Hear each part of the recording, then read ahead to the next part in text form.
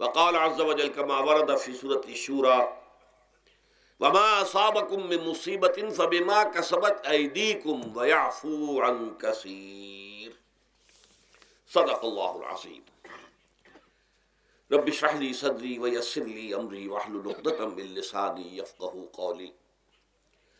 اللهم ربنا ألهمنا رشدنا وأعذنا من شرور أنفسنا. اللهم أرنا الحق حقا وارزقنا اتباعه وأرنا الباطل باطلا وارزقنا اجتنابه آمین یا رب العالمین. محترم رفقائے تنظیم اسلامی و رفیقات تنظیم اسلامی اور محترم احباب و حاضرین، سب سے پہلے میں تنظیم اسلامی کے سال پنجاب اجتماع میں آپ حضرات کو خوش آمدید کہتا ہوں. لاہور شہر سے فاصلے پر ہماری سب سے بڑی ظاہر بات ہے کہ یہاں پر نفری جو ہے شہر لاہور کے حلقے سے ہے، اور عام طور پر ہمارے سالانہ اجتماعات کے موقع پر چونکہ وہ اکثر و بیشتر لاہور میں ہوتے رہے ہیں تو شد رحال کی نوبت کم آتی رہی لاہور والوں کے لیے. یہ اس مرتبہ بہت اچھی بات ہے کہ ہم سب نکلے ہیں، باہر آئے ہیں. اب ظاہر بات ہے کہ یہاں تقریباً 50 گھنٹے جو آپ یہاں گزاریں گے، گھر والی سہولتیں تو نہیں ہوں گی، خواہ کتنا بھی اہتمام کر لیا گیا ہو، لیکن یہ کہ آپ یہ محسوس کریں کہ آپ اللہ کی راہ میں ہیں، اللہ کے دین کے لیے نکلے ہیں. کوئی دنیاوی غرض و غایت آپ کے پیش نظر نہیں ہے، نہ کوئی تجارت ہے، نہ کوئی تفریح ہے معاذ اللہ. تو اس حوالے سے اس اجتماع کے آداب اور حقوق کو بھی ملحوظ رکھیں، اور اگر کوئی تکلیف آئے تو اسے برداشت بھی پورے ہی خندہ پیشانی کے ساتھ کیجیے.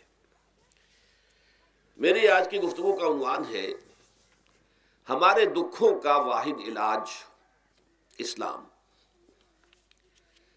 دیکھیے، انسانی زندگی میں دکھ اور سکھ ان کا چولی دامن کا ساتھ ہے. دکھ بھی ہے، سکھ بھی ہے، سردی کے ساتھ گرمی بھی ہے، نرمی کے ساتھ سختی بھی ہے. ان مع العسر یسرا ان مع العسر یسرا، یسر کے ساتھ عسر ہے، عسر کے ساتھ یسر ہے. لیکن انسان نفسیاتی طور پر متاثر جو ہوتا ہے زیادہ، وہ تکلیف سے ہوتا ہے، دکھ سے ہوتا ہے. خوشی آتی ہے تو وہ ایسے گزر جاتی ہے، اس کا وقت کا بھی پتہ نہیں چلتا، گزرتے ہوئے بڑی تیزی کے ساتھ وقت گزر جاتا ہے. لیکن غم کا معاملہ ہو جائے تو ایک ایک لحظہ جو ہے وہ بڑا کٹھن ہو جاتا ہے، بڑی مشکل سے گزرتا ہے. تو انسان کے احساسات پر زیادہ جو اثر آتا ہے وہ دکھ کا آتا ہے.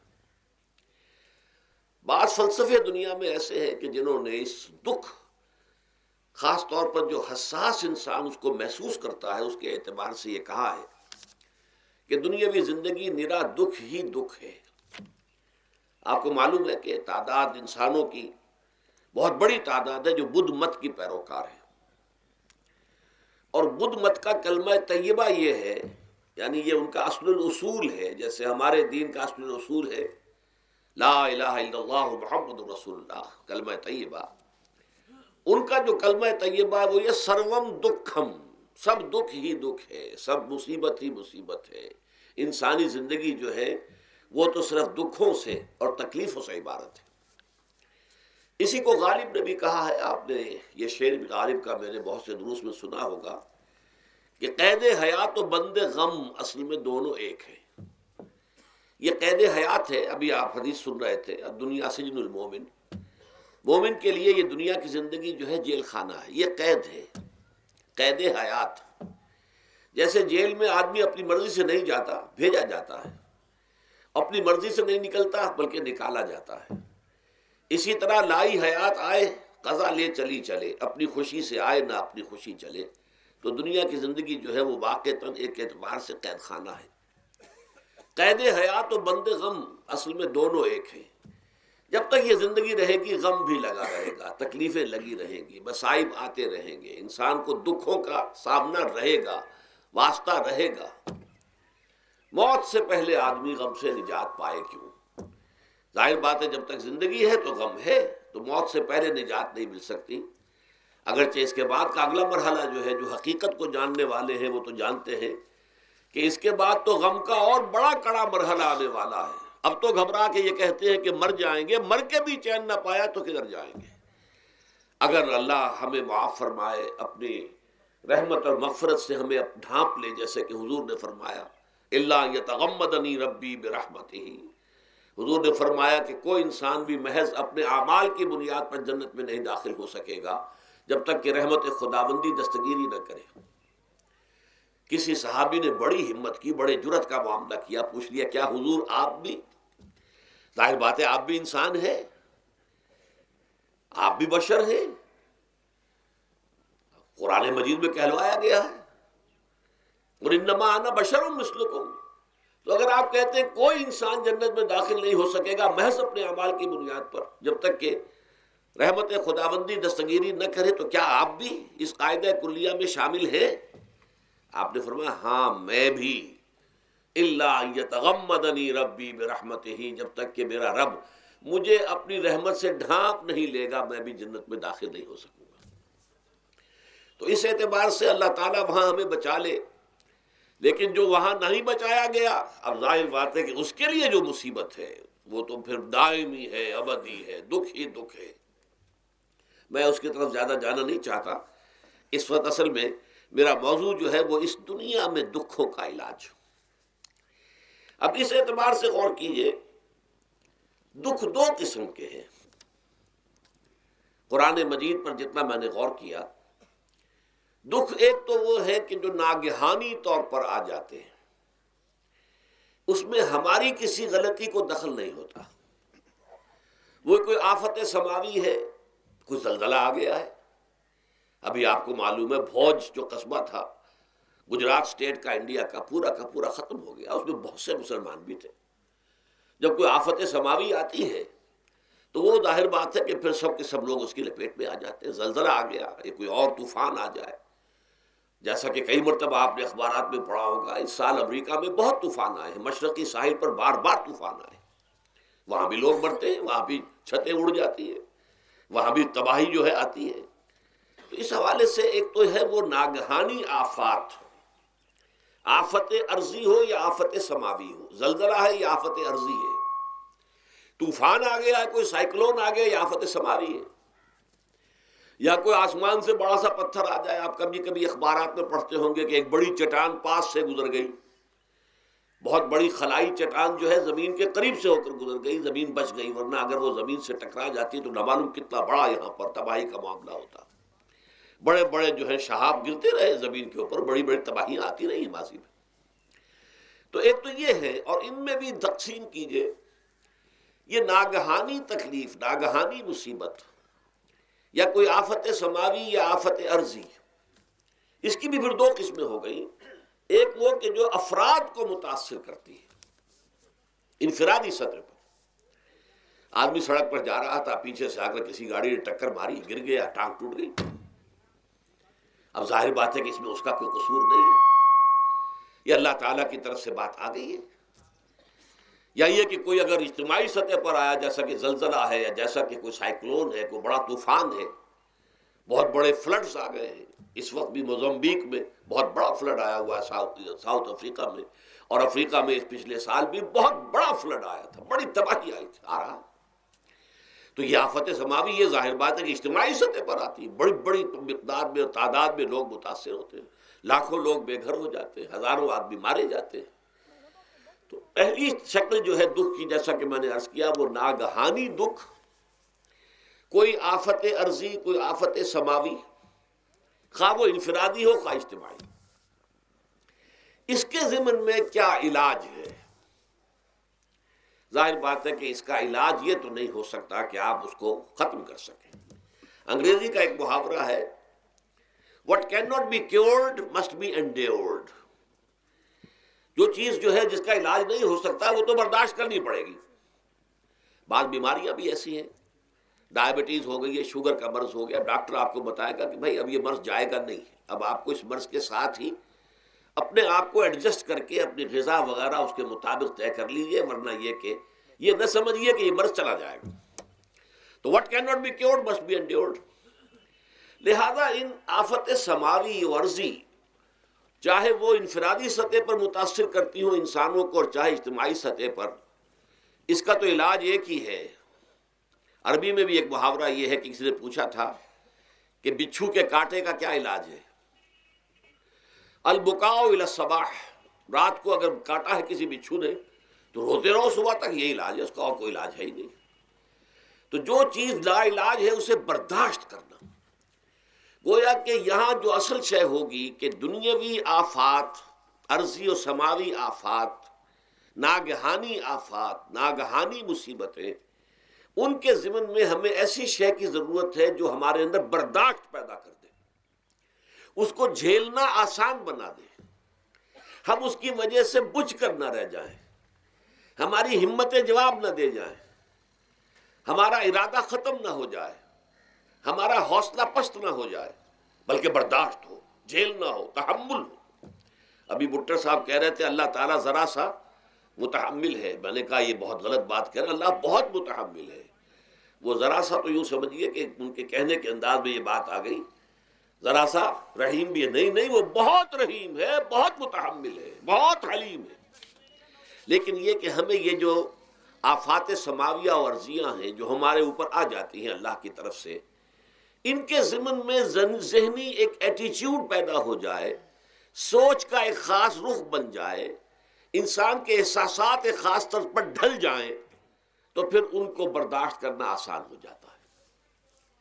اور وہ کیا ہے؟ وہ ہمارے ایمان کا لازمی تقاضا ہے۔ ایمان ہمیں یہ بتاتا ہے کہ کوئی مصیبت اس زمین میں آتی ہے نہ تمہاری جانوں پر آتی ہے بغیر اذن رب۔ جو کچھ آ رہا ہے اللہ تعالیٰ کے فیصلے سے آیا ہے، یہ کوئی اندھا بہرا مادہ نہیں ہے، یہ کوئی اندھا بھینسا نہیں ہے کہ اس نے آ کے آپ کو ٹکر مار دی ہے، نہیں، یہ تو سمیع و بصیر، علیم و خبیر اللہ اور حکیم اور قدیر اللہ کا فیصلہ ہے۔ لہذا یہ من جانب اللہ ہے، اس کو تم سمجھو کہ اللہ تعالیٰ کی طرف سے ہے۔ اور جب اللہ کی طرف سے ہے تو سورہ آل عمران میں فرمایا بیدہ الخیر، اس کے ہاتھ میں تو خیر ہی خیر ہے۔ یعنی بظاہر تمہیں محسوس ہوتا بھی ہو کہ یہ میرے لیے تکلیف دہ بات آ گئی ہے، تو اس کو یوں سمجھو کہ اس کا نتیجہ جو میرے حق میں نکلے گا وہ خیر ہوگا۔ فوری طور پر تو تکلیف ہے، مجھے اچھی نہیں لگ رہی، ناگوار ہے، لیکن نتیجہ اس کا خیر نکلے گا۔ جیسے بچہ بیمار ہے، ماں اسے دوا پینے پر مجبور کر رہی، کڑوی دوا ہے، وہ تو سمجھتا ہے مجھ پر بڑا ظلم ہو رہا ہے، یا آپ لے گئے اسے ڈاکٹر کے ہاں ٹیکا لگوایا ہے، وہ تو چیخ رہا ہے، رو رہا ہے، لیکن آپ کو معلوم ہے، کاش اسے بھی معلوم ہو جائے کہ یہ میرے خیر کے لیے، میرے بھلے کے لیے، اگر اسے یہ معلوم اور محسوس ہو جائے تو اس کی تکلیف اس کے اندر بہت کمی آ جائے گی، وہ سہار لے گا، اس کو وہ برداشت کرے گا۔ اس حوالے سے اس کا جو ہمارے دین میں اس کا نام ہے، اس ذہنی کیفیت کا، ان احساسات کا، اسے اب کہتے ہیں تسلیم و رضا۔ جو کچھ آ رہا ہے اللہ کی طرف سے آ رہا ہے، لہذا سر تسلیم خم ہے، اے اللہ ہم قبول کرتے ہیں، رضا، ہر حال میں تیری رضا پر راضی ہیں، جو تیرا فیصلہ ہے ہمیں بصر و چشم قبول ہے، تسلیم و رضا۔ ہم بھی تسلیم کی خو ڈالیں گے، بے نیازی تیری عادت ہی صحیح۔ اللہ تو بے نیاز ہے، لیکن اے اللہ تو ہمارے لیے جو بھی تکلیف کا تو نے فیصلہ کیا، ہم تسلیم کی خو ڈالیں گے، عادت پیدا کر لیں گے اپنے اندر کہ ہر ساقی ماریخت عین الطاف است، کہ میرا ساقی میرے پیالے میں جو کچھ ڈال دے یہ اس کا لطف و کرم ہے۔ یہ مقام رضا ہے، یہ ایمان کا ایک ایسا تقاضا ہے کہ جس کو ہم کہیں گے ایمان کی حلاوت، ایمان کی مٹھاس۔ اگر آپ کا منہ کڑوا ہو جائے تو آپ چینی کھاتے ہیں تاکہ منہ کا ذائقہ ٹھیک ہو جائے۔ اگر تکالیف کی وجہ سے، دکھ کی وجہ سے آپ کے احساسات کے اندر کوئی خرابی پیدا ہو رہی ہے، یہ جو مقام رضا ہے یہ اس کے لیے قند ہے، یہ اس کے لیے چینی ہے، یہ اس کے لیے شہد ہے، یہ اس کی تلخی کو ظاہر کر دینے والی شے ہے کہ اللہ تیری رضا پر راضی، راضی برضائے رب۔ اب اس کے ضمن میں سمجھئے، یہ تو اصولی بات میں نے آپ کو بتا دی، اس کی 3 کیفیات ہو سکتی ہے کیوں اللہ کی طرف سے یہ چیزیں آتی ہیں۔ سب سے پہلی شے ہے، اب وہ جو آیات میں نے سنائی تھی وہ سن لیجئے پہلے ترجمہ۔ سورہ تغابن میں فرمایا ما صاب من مصیبت الا باذن اللہ، دیکھو کوئی مصیبت تم پر نہیں آ سکتی، نہیں آتی مگر اللہ کے اذن سے۔ ومن یؤمن باللہ، اور جو شخص اللہ پر ایمان رکھتا ہو یہدی قلبہ، اللہ اس کے دل کو ہدایت دے دیتا ہے، اس کے دل کو سکون عطا کر دیتا ہے، وہ راضی برضائے رب ہو جاتا ہے، اس میں شکوہ نہیں رہتا، اس میں شکایت نہیں ہوتی، اس میں تلخی نہیں ہوتی، کیوں ہو گیا، کیسے ہو گیا، کیوں ہو گیا، نہیں ہونا چاہیے، نہیں نہیں نہیں۔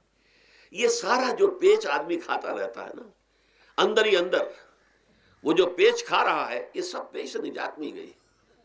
برو کشید سے پیچا کے ہستبود مرا، چے اقدہا کے مقام رضا کشود مرا۔ یہ پیچ کھانا جو ہے، پیچا کے ہستبود، اس سے اللہ تعالیٰ نے مجھے نجات دے دی ہے مقام رضا کے ذریعے سے۔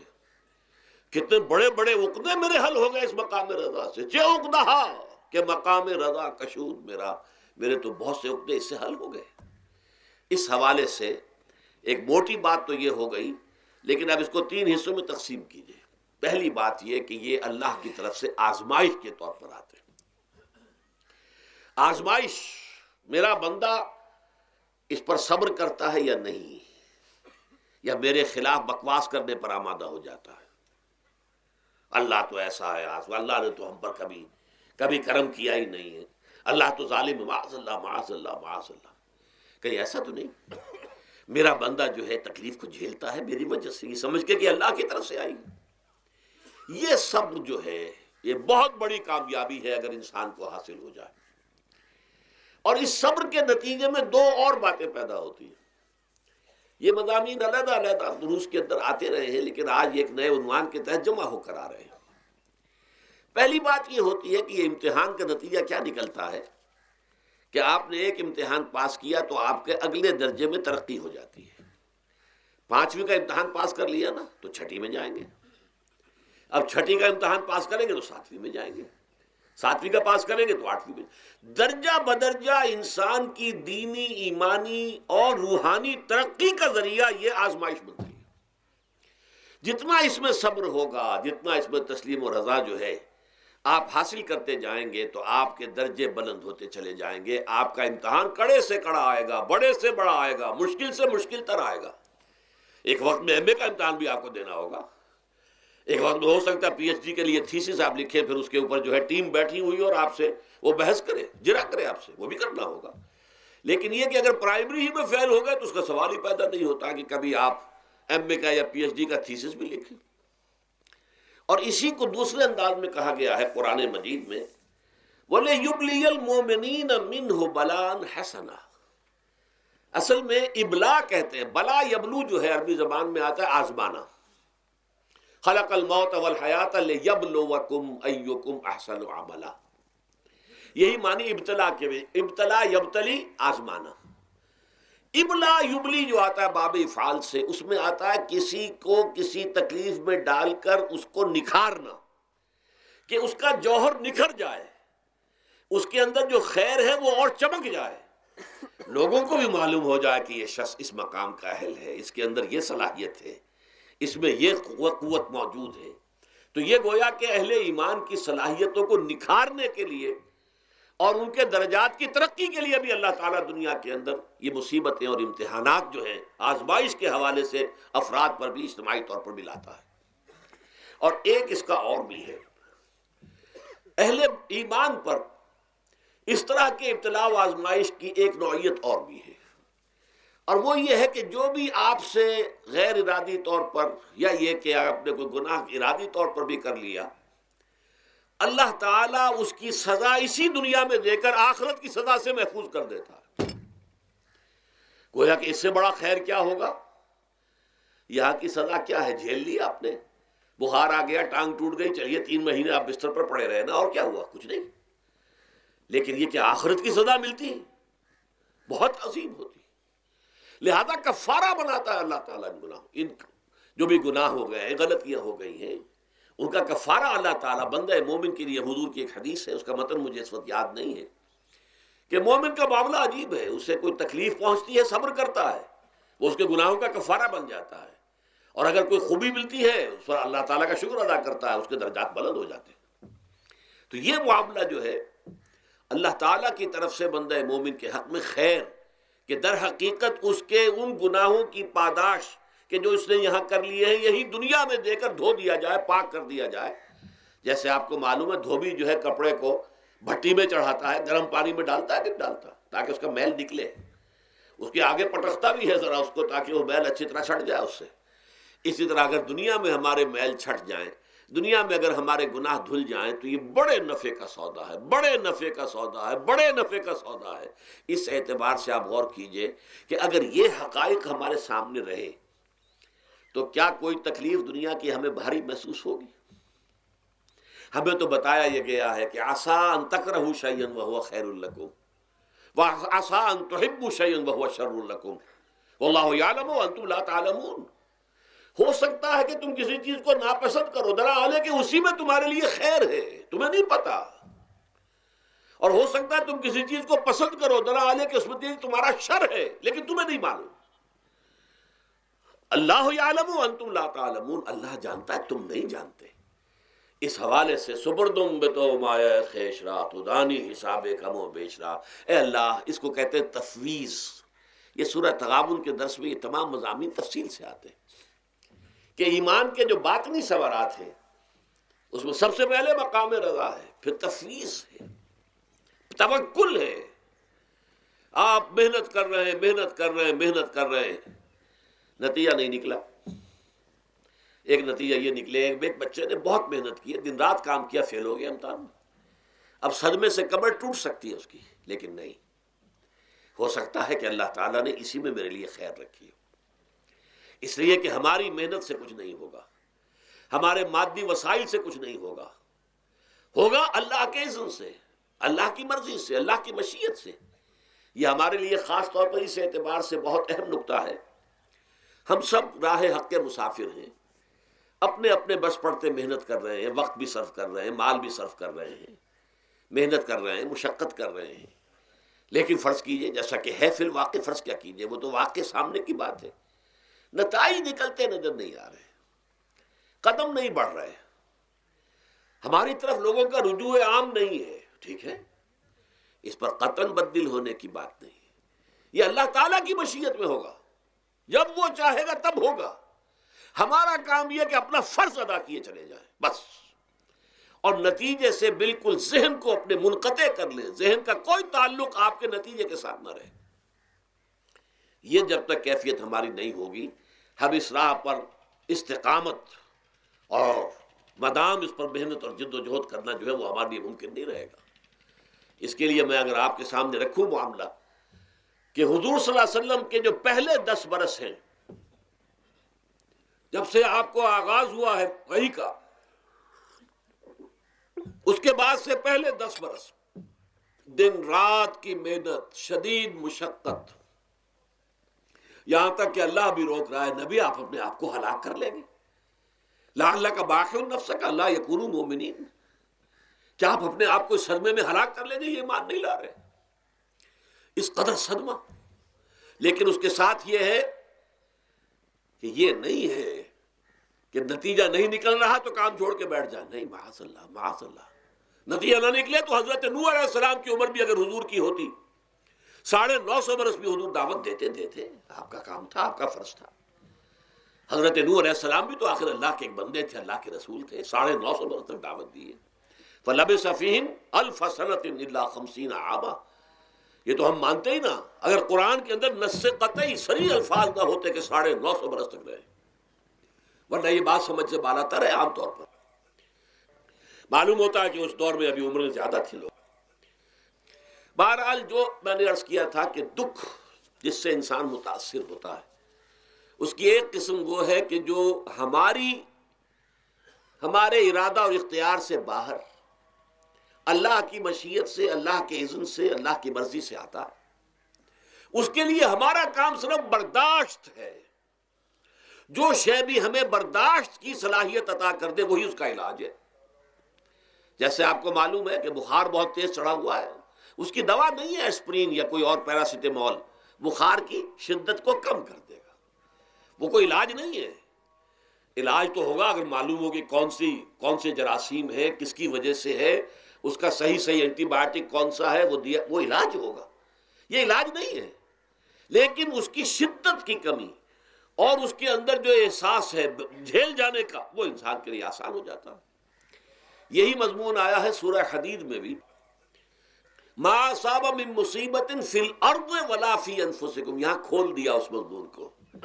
میں نے عرض کیا تھا نا کہ یہ آفت سماوی بڑے پیمانے پر بھی ہو سکتی ہے، زمین میں یعنی زلزلہ آ گیا، فلڈ آ گیا، طوفان آ گیا، ولا فی انفسکم، خاص تمہاری جان میں، تمہیں بخار ہو گیا، تمہیں ٹی بی لگ گئی، تمہیں کوئی اور بیماری آ گئی، تمہیں کینسر ہو گیا، معاذ اللہ ثم معاذ اللہ، ہوتا ہے، آخر ہوتا ہے، دنیا میں انسانی زندگی کے ساتھ یہ ساری چیزیں لگی ہوئی ہیں۔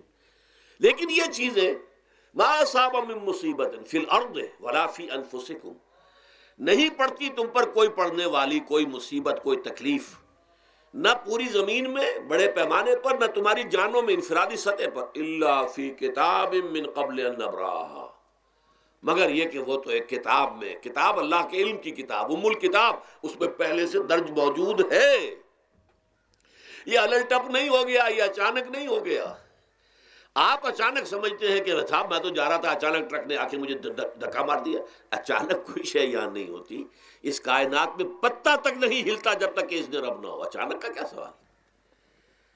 تو در حقیقت جو ہوتا ہے وہ اللہ تعالیٰ کے علم میں پہلے سے ہے، علم کامل، ما کان وما یکون، جو کچھ ہوا ہے، جو کچھ ہوگا، مستقبل، ماضی، کل کا کل آنے واحد میں اللہ کے علم میں موجود ہے۔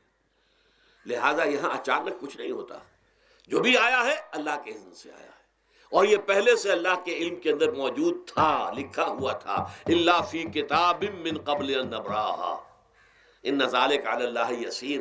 یہ تمہیں تو مشکل نظر آئے گا لیکن اللہ پر بڑا آسان ہے، اللہ کا علم کامل ہے، ما کانا ما یکون کو حاوی ہے۔ لِكَيْ لَا تَأْسَوْا عَلَىٰ مَا فَاتَكُمْ، تاکہ تم افسوس نہ کیا کرو ان چیزوں پر جو تم سے چھوٹ جائیں، جاتی رہیں، چھن جائیں۔ کوئی موقع تھا ہاتھ سے نکل گیا، کوئی دولت تھی اس پر ڈاکہ پڑ گیا، کوئی اور مصیبت ہے وہ آ گئی، کوئی عزیز فوت ہو گیا، اکلوتا بیٹا تھا فوت ہو گیا، وغیرہ وغیرہ۔ ما فاتکم، فات سے ہی فوتیدگی ہے نا، جو شے بھی نکل جائے، چلی جائے، ہاتھ سے جاتی رہے، چاہے وہ کوئی آپ کا عزیز تھا جو فوت ہو گیا تو آپ کے ہاتھ سے نکل گیا، یا کوئی مال تھا جو آپ کے قبضے سے نکل گیا، ڈاکہ پڑ گیا، چوری ہو گئی، نقصان ہو گیا کاروبار میں بہت بڑا، اس پر افسوس نہ کیا کرو۔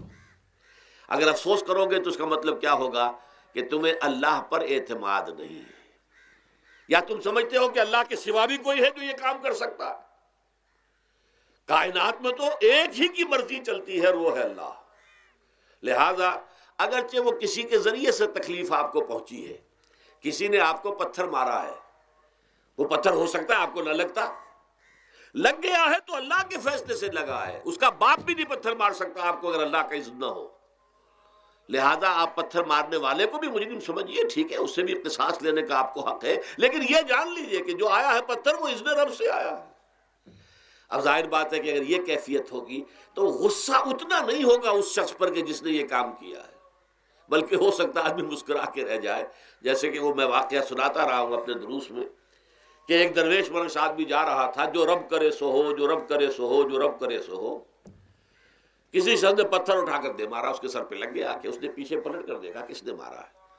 اس نے کہا مجھے کیا دیکھتے ہو، جو رب کرے سو ہو، یہ تو رب کے مارنے سے۔ اس نے کہا مجھے تو یہ پتھر رب کے مارے ہی لگا ہے، لیکن میں دیکھ یہ رہا تھا بیچ میں کس کا منہ کالا ہو گیا، اپنے لیے کس نے ایک گناہ کما لیا، اپنے لیے کس نے ایک مصیبت جو ہے وہ مول لے لی، وہ بیچ میں تم آ گئے ہو۔ پتھر اللہ کی طرف سے آیا ہے، لیکن اس کا عذاب، اس کا وبال تم پر آ جائے گا۔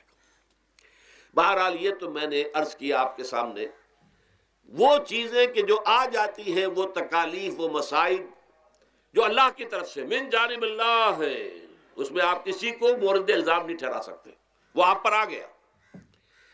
دوسری تکلیفیں وہ ہیں جن کے لیے فارسی میں کہتے ہیں خود کردہ، اپنے ہاتھوں جو مصیبتیں آتی ہیں۔ اس کے لیے میں نے آپ کو سورہ شورى کی آیت سنائی ہے، ما اصابکم من مصیبت فبما کسبت ایدیکم ویعفو عن کثیر۔ جو مصیبت بھی تم پر آتی ہے انسانوں، وہ تمہارے اپنے ہاتھوں کے کرتوتوں کی وجہ سے آتی ہے، اور ابھی تو اللہ بہت سی چیزوں کو تو معاف بھی کرتا رہتا ہے، ہر تمہاری غلطی پر پکڑتا نہیں ہے، ہر خطا کے اوپر تمہیں سزا نہیں دیتا ہے، کوئی سزائیں معاف بھی کرتا رہتا ہے، عفو و درگزر سے بھی کام لیتا ہے۔ بہت متحمل اور حلیم بھی ہے، بہت رحیم اور غفور بھی ہے اور کریم بھی ہے، لیکن یہ کہ یہ جان لو کہ ایک مصیبتیں وہ ہیں جو تمہاری اپنی پیدا کرنے ہیں، بما کسبت ایدیکم، تمہارے اپنے ہاتھوں کی کمائی ہے۔ یہ کون سی خود کردہ، یہ در حقیقت ہے اجتماعی نظام جو انسان بناتا ہے۔ اس اجتماعی نظام کو غلط کر کے اگر اس نے اپنے لیے مصیبتیں کھڑی کر لی، مصیبت ہے لیکن یہ مصیبت تمہارے اپنے ہاتھوں کی لائی ہوئی ہے۔ تم نے نظام غلط بنایا ہوا ہے، تم نے دولت کی تقسیم غلط کی ہوئی ہے۔ اللہ نے تو رزق پیدا کر دیا اور سب کے لیے کافی ہے، یہ تم نے کیا ہے کہ ایک طرف کچھ لوگوں کے کھتے بھرے ہوئے ہیں اور ایک طرف کوئی فاقے سے مر رہا ہے۔ یہ خود کردہ ہے، یہ ہمارا کبھی ہے، یہ تم نے نظام غلط بنایا ہے۔ یہ جو نظام کے اندر خرابی ہے یہ تمہاری اپنے کرتوت ہیں، تم نے خود نظام کے اندر غلطی رکھی ہوئی ہے، ناانصافی گھولی ہوئی ہے، اس کا زہر گھولا ہوا ہے، یہ تمہارے اپنے کرتوتوں کی وجہ سے، اور اس کا علاج تمہیں کرنا پڑے گا خود۔ اور وہ علاج کیا ہوگا؟ اور نظام کو صحیح قائم کرو، اللہ کا دیا ہوا نظام، نظام عدل و قسط۔ یہی وجہ ہے کہ سورہ حدید کی جو آخری آیت میں نے پڑھی تھی وہ کیا تھی؟ اللہ تعالیٰ فرماتا ہے کہ ہم نے تو اپنے رسولوں کو بھیجا اس لیے، کتابیں نازل اس لیے کی، لقد ارسلنا رسلنا بالبینات، ہم اپنے رسولوں کو بھیجتے رہے معجزوں کے ساتھ، واضح نشانیوں کے ساتھ۔ وانزلنا معهم الکتاب والمیزان، ان کے ساتھ ہم نے کتاب اتاری، میزان اتاری۔ یہ سارا کچھ ہم نے کس لیے کیا؟ لیقوم الناس بالقسط، تاکہ لوگ عدل پر قائم ہوں۔ اب اگر تم نے اس عدل کے نظام کو چھوڑ کر اللہ کے دیے ہوئے نظام کو تج کر تم نے خود اپنا نظام بنا لیا، تو ظاہر بات ہے سرمایہ دار جب نظام بنائے گا تو وہ مزدور کے بارے میں نہیں سوچ سکتا، اسے تو اپنی مصلحتیں نظر آئیں گی، اس کے سامنے تو اپنا نفع ہوگا، جتنا زیادہ سے زیادہ نفع کما لو، جتنا ان مزدوروں کا خون نچوڑ سکو نچوڑ لو۔ زمیندار نظام بنائے گا تو وہ بیچارے کاشتکار، مزارع، ہاری، اس کی مصلحت نہیں دیکھ سکتا، وہ تو کہے گا مجھے اپنے بچوں کو انگلستان بھیجنا ہے تعلیم کے لیے، مجھے اپنے لیے جو ہے اسلام آباد میں بھی بنگلہ بنانا ہے اور پری میں بھی بنانا ہے، اور پھر مجھے تو ایئر کنڈیشن بنگلے چاہیے ہر جگہ پر۔ وہ تو اپنی مصلحت کو دیکھے گا۔ وہ غریب کے ساتھ کیا بیت رہی ہے جو دن رات کی محنت اور مشقت کر رہا ہے، جس نے ہل چلایا ہے، جس نے بیج ڈالا ہے، جس نے پانی دیا ہے، جس نے فصل کی دیکھ بھال کی ہے، جس نے پھر فصل کاٹی ہے، اس کے لیے تو بمشکل 2 وقت کا گزارا، وہ بھی بمشکل، اور اس کے علاوہ نہ اس کے بچے کے لیے علاج معالجے کی کوئی سہولت ہے، نہ اس کی اولاد کے لیے تعلیم کی کوئی کا بندوبست ہے، لیکن یہ کہ اسی کی محنت کے نتیجے میں عیش اڑا رہا ہے وہ زمیندار اور جاگیردار، ان کے محل ہیں، ایئر کنڈیشنڈ ہیں، ان کے بچے انگلستان اور امریکہ میں تعلیم حاصل کرتے ہیں، اب آگے بڑھ کر انہوں نے کارخانے دار بھی وہ بن گئے۔ وہی لوگ ہیں کہ جو اعلیٰ تعلیم حاصل وہ کرتے تھے وہی بیوروکریٹس بنتے ہیں، انہی میں بڑے بڑے افسر آئیں گے۔ عام آدمی جو ہے وہ تو شاذ نکل آتے ہیں، کچھ لوگ بہت ذہین بچے بھی ہوتے ہیں، غربا کے بچے بھی ہوتے ہیں، کبھی کبھی نکل آتے ہیں، لیکن وہ تو کوئی 1-2 دانے ہوں گے ایسے جو بہت ہی انتہائی طور پر غیر معمولی طور پر ذہین ہو۔ عام بچہ کہاں کرے گا، کیسے جائے گا؟ لہذا وہ پیچھے رہ جائے گا، وہ جونیئر کلرک ہوگا یا بہت تیر مارے گا سینئر کلرک ہو جائے گا، اپر گریڈ کلرک ہو جائے گا لوور گریڈ کلرک سے بڑھ کر۔ اللہ اللہ خیر صلی اللہ، یہ کمشنر کون ہوں گے، ڈپٹی کمشنر کون ہوں گے، یہ تو ظاہر بات ہے اسی، سیکریٹری کون ہوں گے، یہ 22 گریڈ والے کون ہوں گے، 21 گریڈ والے کون ہوں گے، ان کی اکثریت انہی لوگوں میں سے ہوگی۔ اس حوالے سے یہ جو غلطی، یہ جو دکھ ہے، یہ دکھ تمہارا اپنا پیدا کرتا ہے، اور خود کردہ رہا علاج نہیں، اس کا علاج اور کچھ نہیں ہے جب تک کہ تم خود اپنے طرز عمل کو نہیں بدلو گے۔ اب یہ جو دکھ ہے میں اس میں سے چند کو آپ کے سامنے گنوانا چاہتا ہوں۔ دیکھیے، سب سے پہلا دکھ جو دنیا میں انسان نے خود پیدا کیا سماجی سطح پر، یہ پیدائشی طور پر نیچ ہے اور یہ پیدائشی طور پر اونچا ہے، یہ مسلی ہے اور یہ سید ہے۔ ہمارے ہاں تو پھر بھی اللہ کا فضل ہے کہ اتنا زیادہ فرق و تفاوت نہیں، ہندوؤں میں یہ شودر ہے اور یہ برہمن ہے، علم حاصل کرنا برہمن کا حق ہے، شودر کا حق ہی نہیں ہے۔ اور شودر کے کان میں اگر اشلوک بھی پڑ جائے کہیں بغیر ارادے کے، کہیں جا رہا تھا اور کہیں گیتا کے اشلوک ہو رہے تھے، اس نے سن لیے، تو اس کی سزا کیا ہے؟ سیسا جو ہے اس کو پگھلا کر اور وہ اس کے کان میں ڈال دیا جائے تاکہ سماعت ہی ختم ہو جائے۔ دنیا میں یہ کس نے کیا بھائی؟ یہ خود انسان نے کیا۔ یہ ظلم انسان اپنے اوپر ڈھا رہا ہے، یہ اونچ نیچ اس نے خود بنائی ہے۔ ہمارے ہاں بھی ہے، اتنی نہیں ہے۔ مصلی کا کیا مقام ہے آپ کے معاشرے میں؟ سید کچھ بھی ہو، بدمعاش ہو، زانی ہو، سید ہے، اسے تو جھک کر اس کے گوڑے کو ہاتھ لگائیں گے۔ لیکن یہ کہ دوسرا شخص جو ہے مصلی کتنا ہی نیک ہو، بھلا ہو، پارسا ہو، وہ برابر جو ہے چارپائی پر بھی بیٹھنے کا حقدار نہیں۔ یہ ساری اونچ نیچ ہم نے پیدا، اللہ نے نہیں کیا تھا۔ اللہ نے تو تمام انسانوں کو مساوی پیدا کیا۔ اللہ کے رسول یہ فرما کر گئے، لا فضل لعربی علی عجمی ولا لعجمی علی عربی ولا لأحمر علی اسود ولا لأسود علی احمر الا بالتقوی کلکم بنو آدم وآدم من تراب۔ دیکھو کسی عرب کو کسی اجمی پر فضیلت نہیں ہے، کسی اجمی کو کسی عرب پر کوئی فضیلت نہیں ہے، کسی گورے کو کسی کالے پر فضیلت نہیں ہے، کسی کالے کو کسی گورے پر فضیلت نہیں ہے، الا بالتقوی۔ یہ اگر فضیلت ہے تقوی، کون خدا ترس زیادہ ہے، کس کے اخلاق زیادہ بلند ہیں، کون نیک اور پارسا زیادہ ہے، کون لوگوں کی خدمت زیادہ کرتا ہے، اس کے اعتبار سے درجہ بلند ہوگا۔ پیدائشی طور پر تمام انسان بالکل مساوی ہے۔ پھر ہمارے معاشرے میں جو ظلم ہوتا ہے، دو طبقات ہیں جو حضرات سورہ نساء پڑھتے ہیں، اس میں سب سے پہلے دو طبقات جو کہ گرے ہوئے تھے اس معاشرے میں اور آج بھی گرے ہوئے ہیں، ایک یتیم اور ایک عورت۔ ان دونوں کے لیے ابتدائی سے سورہ نساء کے اندر جو ہے احکام آئے تو ان کے بارے میں آئے۔ یتیموں کو ان کا مال ہڑپ کر جانا، ان کو دھکے دینا۔ ارأیت الذی یکذب بالدین فذلک الذی یدعو الیتیم ولا یحض علی طعام المسکین۔ تم نے کبھی غور کیا اس شخص پر جو کہ جزا و سزا کا منکر ہے؟ وہی ہے کہ جو یتیم کو دھکے دیتا ہے۔ یتیموں پر ظلم ہوتا ہے، وہ آپ کے معاشرے میں پستے ہیں، پٹتے ہیں، ان کا کوئی والی وارث نہیں، ان کی طرف سے کوئی پوچھنے والا نہیں، کوئی بولنے والا نہیں۔ اور پھر یہ کہ اگر اس کا باپ کو مال چھوڑ گیا ہے تو وہ چچا کھا جائیں گے، کوئی اور ولی کھا جائیں گے، ختم کر دیں گے، ہڑپ کر جائیں گے۔ جس پر قرآن مجید کہتا ہے کہ ان الذین یاکلون اموال الیتامی ظلما انما یاکلون فی بطونہم نارا۔ یقیناً وہ لوگ جو یتیموں کا مال ناحق ہڑپ کرتے ہیں، وہ اپنے پیٹوں میں آگ کے انگارے بھر رہے ہیں۔ وَسَيَصْلَوْنَ سَعِيرًا۔ اور یہاں تو دنیا میں جو آگ کے انگارے ہیں وہ محسوس نہیں ہو رہے، آخرت میں ایک طرف وہ آگ کے انگارے ظاہر ہو جائیں گے جو اندر سے جلائیں گے، اور ایک طرف جہنم کی آگ باہر سے جلائے گی۔ یہ دو طرفہ جلن جو ہے ان کو برداشت کرنی پڑے گی۔ ظاہر بات ہے یہ ہمارا اپنا کیا ہوا ہے، یہ اللہ کی طرف سے نہیں ہے، یہ ہم نے نظام غلط بنایا ہے، ہم نے اتوار اپنے برے کر لیے۔ اور دوسرا طبقہ خواتین کا، عورتوں کا۔ سب سے بڑا ظلم اس معاشرے میں کیا ہے؟ جو بچپن ہی سے احساسات کے اوپر ایک بوجھ بن جاتا ہے بچیوں کے، کہ بیٹے کو افضل سمجھتے ہیں، بیٹی کو جو ہے گھٹیا سمجھتے ہیں۔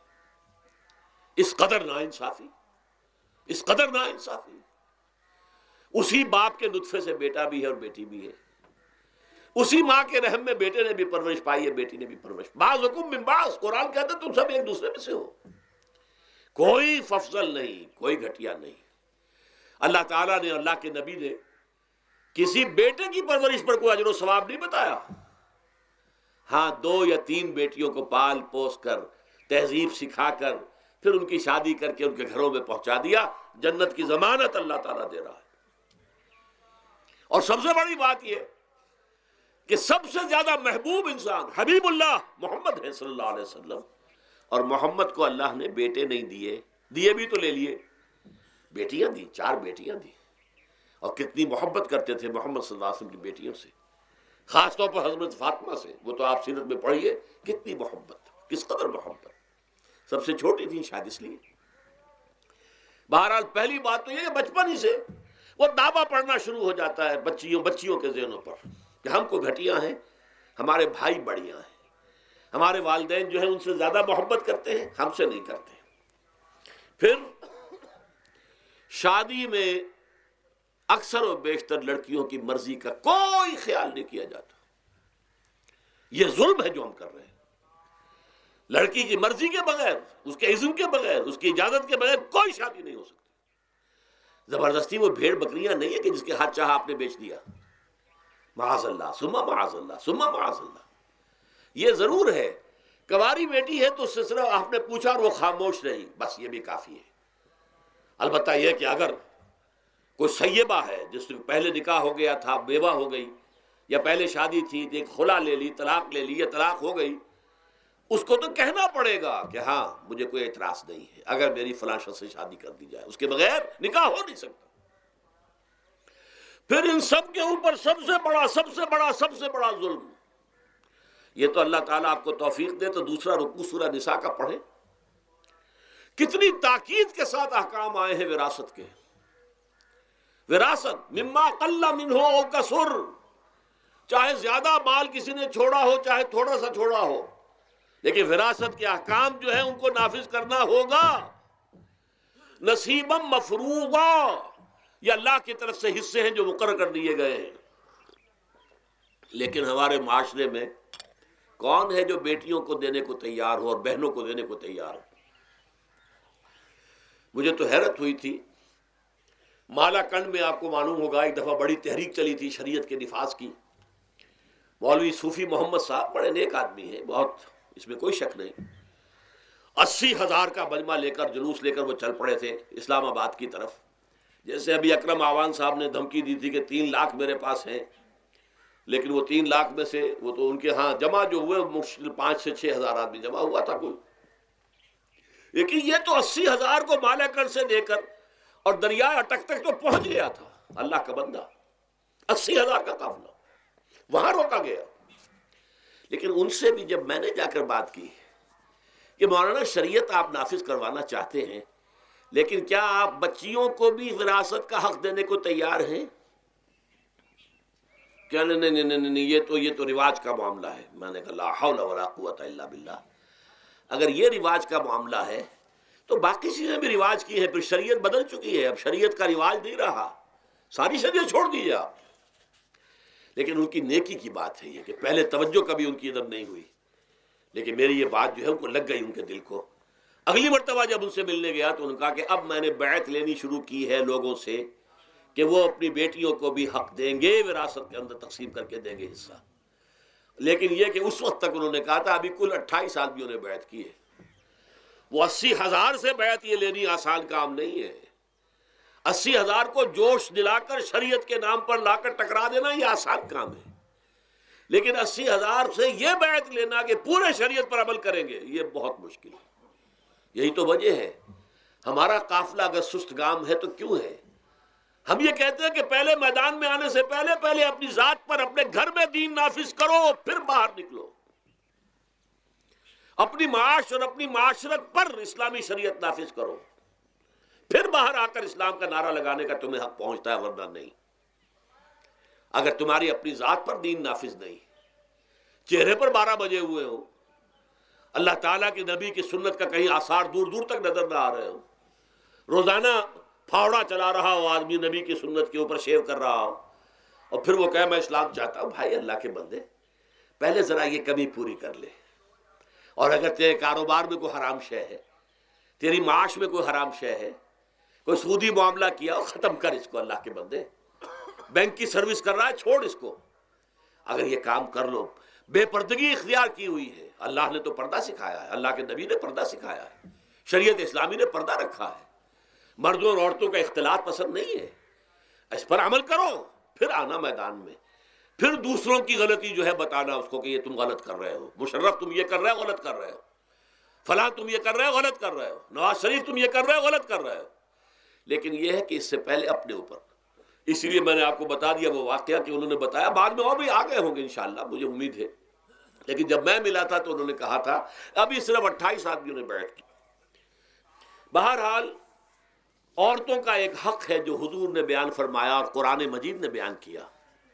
عاشروہن بالمعروف، عورت کا اکرام ہو، بیٹی کی حیثیت سے بھی، بہن کی حیثیت سے بھی، بیوی کی حیثیت سے بھی، اور ماں کی حیثیت سے تو سمجھو کہ جنت جو ہے وہ ماں کے قدموں تلے ہے۔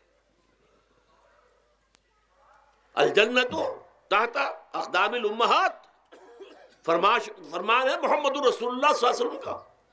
لہذا اکرام، عورت کا اکرام، عورت کی عزت، بیٹی کی حیثیت سے بھی، بہن کی حیثیت سے بھی، بیوی کی حیثیت سے بھی، اور ماں کی حیثیت سے بھی۔ عاشروہن بالمعروف، اپنی بیویوں کے ساتھ رہو بڑے طریقے پر، نیک طریقے پر، اچھے طریقے پر۔ حضور نے یہاں تک فرمایا خیارکم خیارکم لأہلیکم وانا خیرکم لأہلی۔ دیکھو مسلمانوں، اے میرے صحابیوں، تم میں سے بہتر لوگ وہ ہیں جو اپنے گھر والوں کے حق میں بہتر ہیں، نرمی کرتے ہیں۔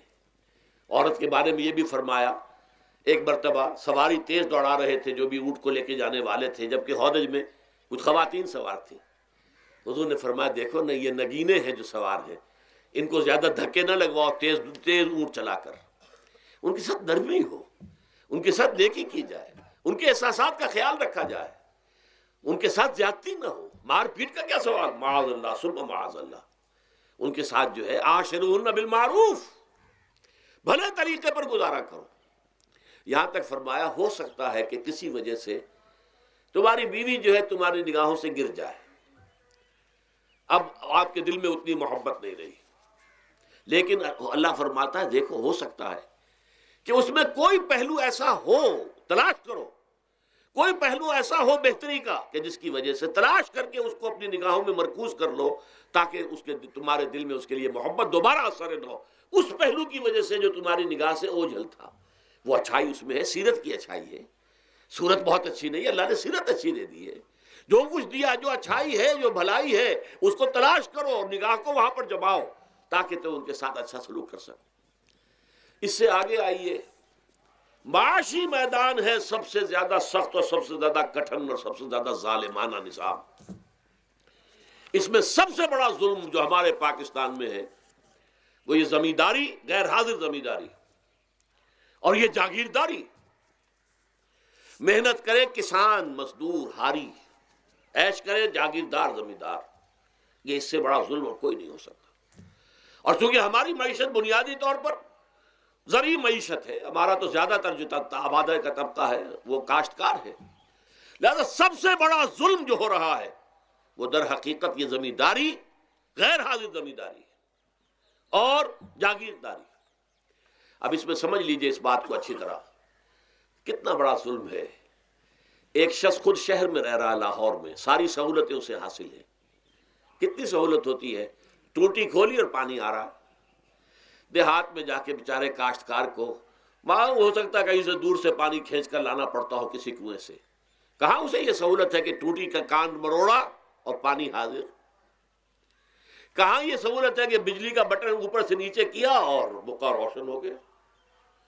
یہ ساری سہولتیں بھی لے رہا ہے اور وہ تنخواہ بھی لے رہا ہے کوئی، یا کوئی کاروبار بھی کر رہا ہے، اور ایک زمین اس کے پاس ہے، فلاں ضلع میں میرا رقبہ ہے، اس رقبے پر جو کاشت کر رہا ہے آ کر اس کی کمائی میں سے، اس کی فصل میں سے آدھا بٹا کر لے جاتا ہے۔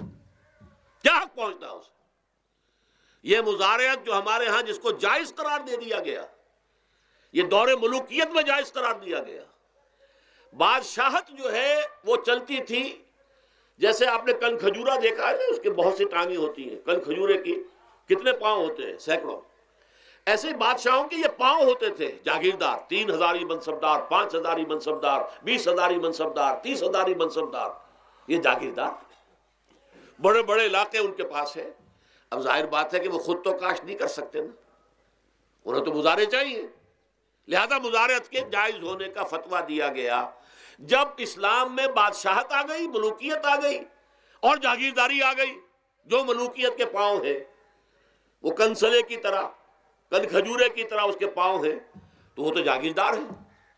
یہ ہے جس کی وجہ سے امام ابو حنیفہ نے کہا مزارعت حرام ہے، جس کی زمین ہے وہ کاشت کرے، یا حضور کی حدیث ہے کہ چاہے اپنے بھائی کو دے دے تو ایک دانہ لینے کا حقدار نہیں ہے۔ اگر تو تمہارا کوئی اور ذریعہ معاش نہیں ہے تو ٹھیک ہے، جاؤ کاشت کرو، تمہارا کوئی اور ذریعہ معاش ہے، تمہارا کاروبار ہے، تمہاری دکان چل رہی ہے، تم ملازمت میں ہو، تمہیں تنخواہیں مل رہی ہیں، تمہارا پروویڈنٹ فنڈ بھی جمع ہو رہا ہے، تمہیں تو تمہارے ریٹائرمنٹ کے بعد وہ پینشن بھی مل جائے گی، اور اس کے ساتھ ساتھ تم نے یہ ظلم روا رکھا ہوا۔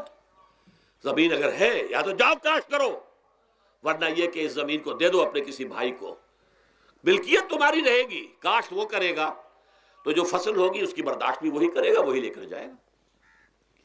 یہ فتویٰ ہے امام اعظم امام ابو حنیفہ رحمۃ اللہ علیہ کا، یہی فتویٰ ہے امام مالک، امام دار الحجرہ، امام مدینہ، امام مالک رحمۃ اللہ علیہ کا، دونوں کا فتویٰ یہ ہے۔ اور عظیم ترین یہی دو ہیں، اولین بھی یہی دو ہیں، عظیم ترین بھی یہی دو ہیں۔ امام شافعی بھی شاگرد ہیں امام مالک کے، امام احمد ابن حنبل شاگرد ہیں امام شافعی کے۔ ٹاپ پر کون ہے؟ امام ابو حنیفہ، ان کے شاگردوں میں قاضی ابو یوسف اور امام محمد امام ظفر، ادھر امام مالک، ان کے شاگردوں میں پھر امام شافعی، پھر ان کے شاگرد امام احمد ابن حنبل۔ ٹاپ پر دونوں یہ کہہ رہے ہیں کہ حرام، مزارعت حرام، جس کی زمین ہے خود کاشت کرے۔ یہاں یہ ہے کہ خود کاشت نہیں کر سکتا تو اپنے بھائی کو دے دے، بس ٹھیک ہے، اس میں سے کوئی حصہ لینے کا وہ حقدار نہیں ہے۔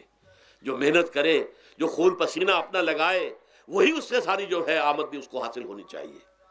یہ مجھے حال ہی میں، یہ آپ کے علم میں ہونا چاہیے، یہ فتویٰ دیا ہے قاضی ابو یوسف اور امام محمد نے کہ مزارعت حلال ہے، جائز ہے۔ شرطیں لگائی انہوں نے کہ بیج بھی زمیندار دے، کوئی جانور وغیرہ ہے تو وہ بھی زمیندار کا ہو، اگر کوئی ٹریکٹر ہے تو اس کی بھی پیمنٹ جو ہے زمیندار کرے۔ یہ ہے شرطیں، یعنی اس کا کوشش کی ہے کہ اس جاگیرداری کا ڈنک جو ہے کم ہو جائے، اس مزارعت کے اندر جو مضرت ہے وہ کم ہو جائے، لیکن یہ کہ اصلاً اسے جائز قرار دے دیا۔ ہمارے ہاں کون شرطوں کو کون دیکھتا ہے، آداب کو کون دیکھتا ہے، قواعد و ضوابط کو کون، ہنیئن وریا، جیسے کہ ماں کا دودھ پیتے ہیں ایسے ہی یہ مزارعت کی جو آمدنی ہے اس کو کھا رہے ہیں۔ حرام ہے، حرام ہے، حرام ہے۔ حال ہی میں ابھی ملاقات ہوئی میری مولانا زاہد الراشدی صاحب، آپ کے بہت قریب گجرانوالے میں، جو اس کی سب سے بڑی مسجد ہے، اس کے خطیب ہیں۔ انہوں نے بتایا ملا علی قاری نے بھی یہ لکھا، جو بہت بعد کے حنفی جو ہے وہ فقیہ ہیں، کہ دلائل تو وہی ہیں جو امام ابو حنیفہ نے دیے ہیں، دلائل تو ان کے ساتھ ہیں، لیکن مصلحت ہے جو جس کے تحت یہ فتویٰ دیا گیا۔ یہاں تک کہ مولانا شبیر احمد عثمانی کے ساتھ دست راست سمجھ لیجئے، ظفر احمد عثمانی رحمۃ اللہ علیہما، انہوں نے بھی یہ لکھا ہے کہ دلائل تو امام صاحبی کی رائے کے حق میں جاتے ہیں، لیکن یہ کہ ہمارے ہاں تقلید کا ایسا ایک قلادہ گردنوں میں ڈال دیا گیا ہے، چونکہ ہمارے بزرگوں نے فتویٰ دے دیا، قاضی ابو یوسف نے، امام اور قاضی اور امام محمد نے، لہذا فتویٰ تو اسی پر چلے گا۔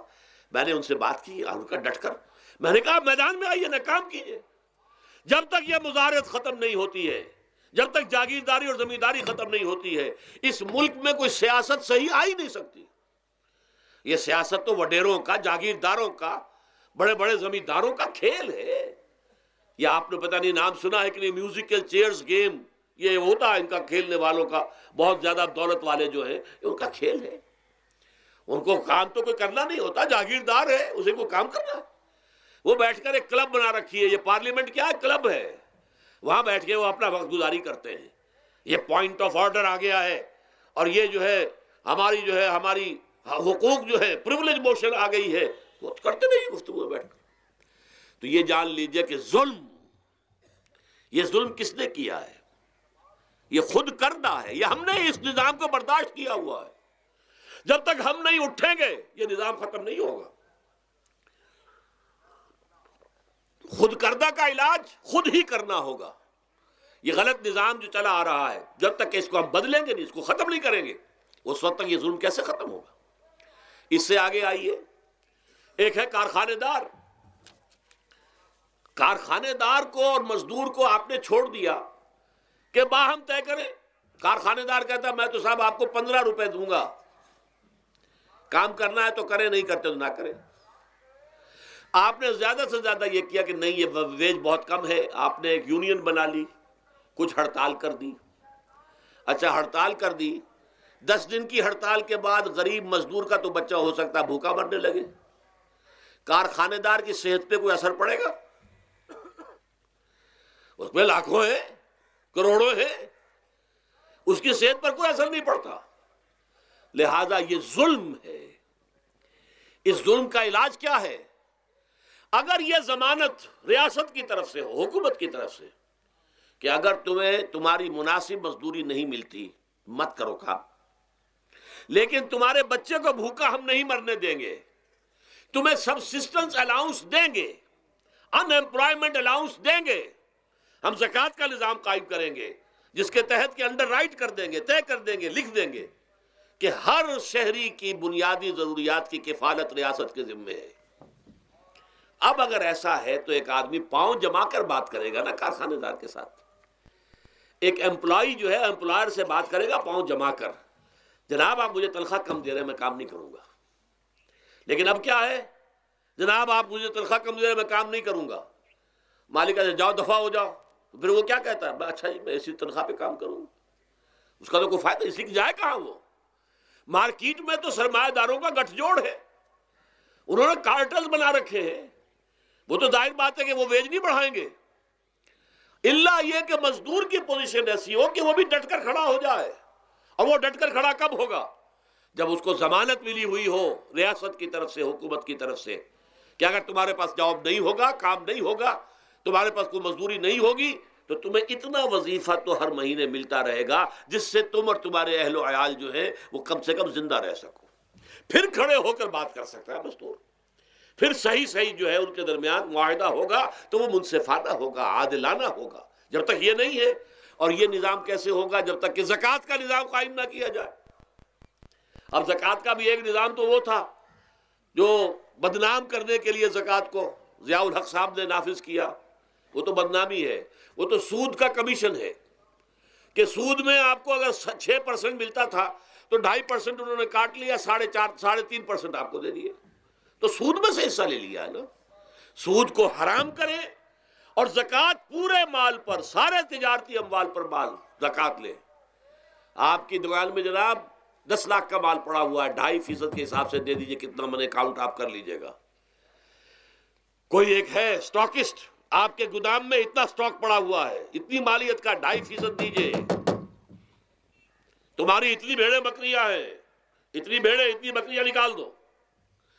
جب تک کہ تمام اموال میں سے زکوٰۃ نہ لیجیے، یہ کیا کہ بینک کے اندر جو جمع ہے اس پر سے زکوٰۃ کاٹ لی، انا للہ و انا الیہ راجعون، نام اس کا زکوٰۃ رکھا ہے، اور خیرات کا ایک نظام بنا دیا، کچھ خیرات اور کچھ سیاسی جو ہے اپنا ہتھ کنڈا، کہ وہ کے ناظمین زکوٰۃ جو بن رہے ہیں اور زکوٰۃ کونسلیں بن رہی ہیں، وہ سب کون ہیں؟ جو ہمارے سیاسی طور پر ہمارے ساتھی ہیں، ہمارے ورکرز ہیں، اور پھر جتنے غبن ہوئے ہیں اور جتنا اس کے مس اپروپریشن، سب کو معلوم ہے ہمارے معاشرے میں۔ آخر اگر حکومت کے جتنے محاصل ہیں وہ غبن ہوتے ہیں تو زکوٰۃ کا کیوں نہیں غبن ہوگا؟ زکوٰۃ کو آسمان سے اتری ہے، بلکہ زکوٰۃ میں سے غبن کرنا تو آسان ہے، اس لیے کہ سود میں سے کاٹا ہوا ہے، اس میں تو انسان جو ہے وہ برا بھی محسوس نہیں کرے گا کہ یہ تو سود ہے، لعنت ہے، اگر اس کو میں نے کچھ ہضم کر لیا تو کیا ہو گیا۔ جب تک کہ یہ دو نظام نہیں آئیں گے، اور تیسرے یہ کہ سود کے ذریعے سے، جب تک کہ یہ ظلم، سود کا نتیجہ کیا نکلتا ہے؟ اصل میں ہمارے عام آدمی سمجھتے ہیں سود کہ اچھا ہے جی، کیا ہے، ایک آدمی نے پیسے جمع کرائے ہیں، اب اسے ہر مہینے اتنا پیسہ مل رہا ہے۔ عام آدمی بھی ہمارے ہاں یہ جو پٹھانوں والا سود ہے، یہ جو سود خور گاؤں میں بیٹھے ہوئے ہیں جو بہت بڑی شرح کے اوپر سود دیتے ہیں اور خون چوس جاتے ہیں لوگوں کا، اور ان کے کسی طریقے سے قرضے ختم، ان کو تو سبھی برا کہتے ہیں۔ کوئی ایک آدمی بھی آپ کو نہیں ملے گا کہ جن کے لیے کلمہ خیر کہے، ان کے لیے کسی نرمی کا یا ان کے لیے کسی بھی آسانی کا کوئی مطالبہ کرے۔ البتہ یہ جو بڑا سود ہے، بینک کا سود، کاروباری سود، اس کی شناخت لوگوں پر واضح نہیں ہے۔ یہ ایک بہت بڑے پیمانے پر یہ برائی جو ہے آپ کو انڈیویجول پر نہیں نظر آ رہی۔ انڈیویجول تو بظاہر سمجھتا ہے ایک فرد، بھائی ٹھیک ہے، مجھے دکان کے لیے مجھے قرض چاہیے تھا، مجھے قرض مل گیا، میں اپنا کاروبار کر رہا ہوں، تو میں جو کمائی کر رہا ہوں اس میں سے بینک کو بھی حصہ دے رہا ہوں اپنا، اس کا سود کا، اس میں کیا خرابی ہو گئی؟ اس کی خرابی سمجھ میں آتی جب آپ کو معلوم ہو اسی سود کے ذریعے سے دنیا میں اس وقت ایک چھوٹی سی اقلیت ہے، کل 1 کروڑ یا 1.25 کروڑ یہودی، اور پوری دنیا کی دولت کے اوپر قابض ہو کر بیٹھ گئے. یہ سارا وہ بینکنگ نظام جو یہودیوں نے بنایا، یہ IMF ورلڈ بینک جس کے ہم اس وقت غلام بن کر رہ گئے. ہمارا چیف مارشل ایڈمنسٹریٹر اسے کہیں یا چیف ایگزیکٹو کہیں، ہمارا تو حکمران ہے، ہمارا بادشاہ ہے اس وقت. اور وہ بادشاہ سلامت کہتے ہیں کہ یہ IMF اور ورلڈ بینک کے لوگوں کے گوڈے ہمیں پکڑنے پڑتے ہیں، گوڈے گٹے. کیوں؟ ہم غلام ہیں ان کے، اور ہم جکڑے ہوئے اس سود کے اندر. پوری دنیا کو یہودی سود خوروں نے در حقیقت اپنے شکنجے میں جو جکڑا ہے، جس طریقے سے کہ ان کو اپنے اندر ایک اپنے پورے ہتھ کنڈوں کے اندر جو باندھ کے رکھ دیا ہے، یہ سود کے ذریعے سے. اور اس کا نتیجہ کیا نکلتا ہے؟ دیکھیے، امریکہ میں کہتے ہیں بڑی جمہوریت ہے، لوگ ووٹ دیتے ہیں، لیکن حقیقت اگر لوگ جانتے ہوں کہ دیوے استبداد جمہوری قبا میں پائے کوب، تو سمجھتا ہے یہ آزادی کی ہے نیلم پری. ہم نے خود شاہی کو پہنایا ہے جمہوری لباس، جب ذرا آدم ہوا ہے خود شناس و خود نگر. اب امریکہ میں اصل میں کیا ہے؟ امریکہ میں کیپٹلسٹ کا نظام ہے. یہ حکومت کس کی ہے؟ سرمایہ داروں کی ہے. جو کروڑ پتی نہ ہو وہ الیکشن نہیں لڑ سکتا. اور کروڑ پتی جو ہے اپنے پیسے کی بدولت وہ صحافیوں کو خرید لے گا، ٹیلی ویژن چینلز خرید لے گا، وہ لوگوں کے ذہنوں پر چھا جائے گا، آ جائے گا. یہ گورنمنٹ آف دی کیپٹلسٹ ہے، ناٹ عوام. یہ دھوکہ ہے، فریب ہے سرمایہ داروں کا. وہاں وہ جاگیردار اس طرح کے نہیں ہیں، سرمایہ دار ہیں. وہاں جاگیرداری کی وہ حیثیت نہیں رہی، اس لیے کہ ان کے تحت آدمی نہیں ہوتے. وہ تو اگر بڑے بڑے رینچ ہیں، بڑے بڑے اگر فارم ہیں، تو وہاں بھی آپ کو معلوم ہے کہ چونکہ مشینوں کے ذریعے سے بوائی بھی ہو رہی ہے اور ہل بھی چل رہا ہے مشینوں سے، بوائی بھی مشینوں سے، کٹائی بھی مشینوں سے، تو زیادہ انسان کی ضرورت ہی نہیں رہی. لہذا وہ سیاسی نظام وہ نہیں ہے جو یہاں کا ہے، لیکن وہ زمیندار بھی وہاں کا کیپٹلسٹ ہے، نظام کیپٹلسٹ کا ہے. تو در حقیقت یہ ڈیموکریسی جو ہے، اس سے جو کہتے ہیں government of the people by for the people, نہیں، گورنمنٹ آف دی کیپٹلسٹ، سرمایہ دار کی حکومت ہے. اور سرمایہ دار جو ہے اس نے اپنی کلب بنائی ہوئی ہے، بیٹھا ہے. پارلیمنٹ ہے، یہ کانگریس ہے، یہ سینٹ ہے، یہ سرمایہ داروں کی کلب ہے. باقی عوام کے لیے وہاں کیا ہے؟ واقعہ یہ ہے کہ عام آدمی امریکہ کا بھی یہ ضرور ہے کہ بنیادی ضرورتیں محنت کر کے خون پسینہ ایک کر کے اپنی وہ حاصل کر لیتا ہے، لیکن بہت نچلی سطح پر ہے. عام آدمی وہاں بھی بہت نچلی سطح پر ہے. اور ایسے لوگ ہیں معدود گنتی والے جو 40 50 بلین کا ایک چیک لکھ سکتے ہیں، وہ سب یہودی ہیں. House of Rothschilds, house of Goldsmiths, یہ سٹی بینک جو یہاں بھی آ گیا ہے اپنی ساری گندگیاں پھیلانے کے لیے، سٹی ہاؤسز اور سٹی کار، یہ کیا ہے؟ یہ جکڑ لینا ہے آپ کو. آپ کو ذرا سا دھوکہ دیا، جاؤ جی لے لیجئے، کوٹھی لے لیجئے، ہم آپ کو قرض دیتے ہیں. آپ پھول گئے، اتنی بڑی کوٹھی کا میں مالک ہو گیا.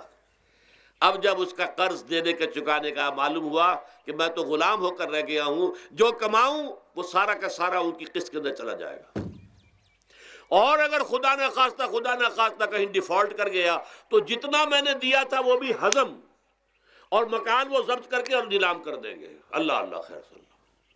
لیکن وقتی طور پر ذرا سا دھوکہ جو ہو جاتا ہو، دیکھو اتنی بڑی کوٹھی کا میں مالک ہو گیا، دیکھو اتنی لمبی کار میرے پاس آ گئی، دیکھو فلاں شے میں نے حاصل کر لی، لیکن اس کا نتیجہ جو نکلتا ہے وہ تو وہاں والوں سے پوچھئے جس طریقے سے کہ وہ غلام بن کر رہ جاتے ہیں، وہ مزدور بن کر رہ جاتے ہیں.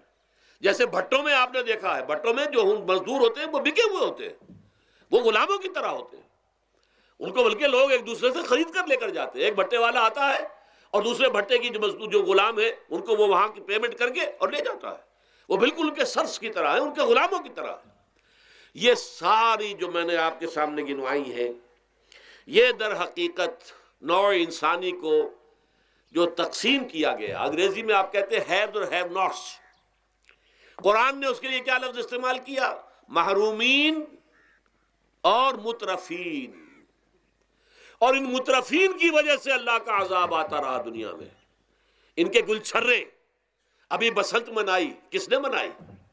یہ لکھپتی کروڑ پتی ہیں، انہوں نے عیش کیے ہیں، راتوں کو نیند حرام کی ہے لوگوں کی، یہ بسنت منا رہے ہیں. کیا ہو رہا ہے؟ در حقیقت یہ وہی ہے مترفین. سورہ بنی اسرائیل میں فرمایا جب ہم یہ فیصلہ کر لیتے ہیں وَإِذَا أَرَدْنَا أَن نُهْلِكَ قَرْيَةً امرنا مترفیہا ففسقوا فیہا فحق علیہ القول فدمرناہا تدمیرا. جب ہمارا فیصلہ ہوتا ہے کہ کسی بستی کو، کسی علاقے کے لوگوں کو ہلاک کر دیں، تو مترفین جو ہیں، دولت مند لوگوں کو ہم حکم دے دیتے ہیں، آزادی دے دیتے ہیں، ان کی لگام ڈھیلی کر دیتے ہیں، اس میں فسق و فجور کا بازار گرم کر دیتے ہیں. اور جب پورا فسق و فجور کا بازار گرم ہو جاتا ہے، اچانک ہماری پکڑ آتی ہے، دمرناہا تدمیرا، ہم اس کو پٹخ کر رکھ دیتے ہیں، ٹکڑے ٹکڑے کر دیتے ہیں. یہ مترفین. اور دوسری طرف محرومین.